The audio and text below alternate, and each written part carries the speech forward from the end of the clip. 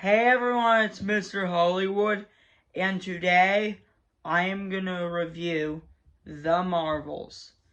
Now, before I give you guys my review, feel free to share your thoughts down below in the comments. And let's just kick this review going. And before I even begin, um, I've kind of had a bit of a recent, um, maybe like a little bit different style or different way of how I score. So basically, at the end, I'm gonna give like the letter grade of like maybe like on an objective level, and then on like an entertainment or like subjective or personal level. So like so you'll hear me give a letter grade, and then on like an entertainment out of 10. So that's what you'll see at the end, because like I kind of have to separate it a little bit, some of my personal thoughts versus how good the movie really is. But anyways, so let's just start off with the good. Now the good is that I think the team dynamic between Miss Marvel, Monica Rambeau, and Captain Marvel is very strong. I love the little time that we get Samuel Jackson as Nick Fury back again, and I love some of the action. I actually thought some of the action was actually pretty darn good, and also the end. And I'm not gonna give any spoilers, major spoilers, but like the end and the mid-credit scene, I will just say there was a post-credit scene, was awesome, and it did set up for the greater MCU. Now, hopefully it goes somewhere, unlike some of these other post-credit scenes. But but if this does go anywhere, I think this movie shows a lot of promise. And also, um, I love it how it kind of calls back a little bit to Monica Rambeau's life, to Captain Marvel's life, and to Miss Marvel's life. So yeah, I love it how it kind of calls back to their early lives. And also for the little time that we got the Skrulls, they were pretty good. And also a notable appearance in the in the middle of the movie. I mean, I thought that was pretty cool.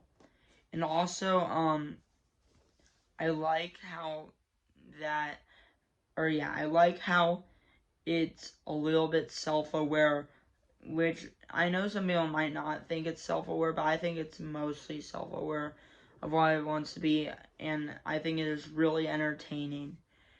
However, I do have quite a bit of stuff that bugs me a little bit, and I'm just going to start with the mixed. One thing that I'm a little bit mixed about is its runtime. And the reason it's a mix is because I understand a little bit, because this did have some production trouble, which, to be fair, like I know I understand if people hate it because of its runtime. I only think it just brings it down, but it doesn't like completely demolish the whole movie. But yeah, I feel like the runtime, like I think I was entertained. I didn't get exhausted, but I feel like this should have been like at least 15 to 20 minutes longer, because like it's like well, yeah, and because, well, I mean, I guess I'll just get into negatives, because that was like really the only mix. Because like on the negative side, I think that there was a little more to be told, and on the positive side, it at least didn't get me bored. So that's why it's a mix. That's why, yeah, that's why, because there's some positive stuff about it and negative. But now we're going on to full on negatives.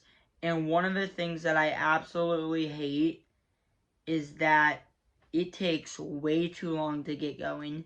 And that kind of just calls back to like the runtime.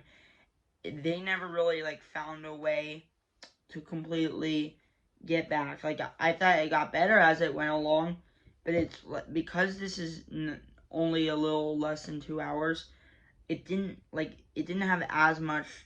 Yeah, like it needed to be like the most awesome thing for it to not really affect it that much.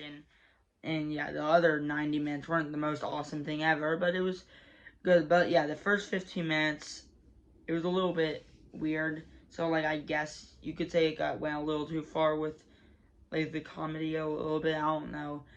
And also, And this is something that a lot of people say happens with a lot of MCU movies. I absolutely hate the villain, and I couldn't even tell you the villain's name, which that just brings the villain down as one of our worst MCU villains. And I mean, yeah, you barely know anything about the villain, and I really just couldn't get on board with the villain. And also, I actually did forget to mention that the final battle, while it was cool and while it did actually do something that does set up the greater MCU, I feel like it wasn't structured the best. So it's I was a little confused. Wait, is this already over? So, well, I can't talk today. Anyways, those are that's like a quick breakdown. There's some.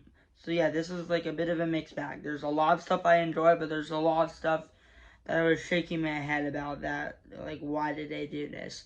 But overall, I think this is a really entertaining film, and a film that I definitely think is getting a little too much hate right now. So overall, I'm going to give this one a B-, and on the entertainment scale, I'm going to give this one an 8 out of 10. I do recommend, and honestly, if you guys just want to know my consensus of what I like more between this and Captain Marvel, yeah, because I actually also I would give Captain Marvel the same score. Honestly, and this could change on rewatch, I might actually like Captain Marvel a little more, which might be an unpopular opinion, but I at least think the movie Captain Marvel flows a little better. So I don't know, maybe on rewatch that will change, but for now, Miss Marvel, it is a little bit lower tier MCU. However, because none of the MCU movies I actually outright hate, yeah, even my least favorite, I think there's some bad elements about my bottom, but overall, all the MCU movies have been solid to awesome. But yeah, this is definitely a little bit lower on my MCU ranking, while still being an enjoyable film. Now, thanks for watching. Feel free to share your thoughts of this movie down below in the comments, and peace out.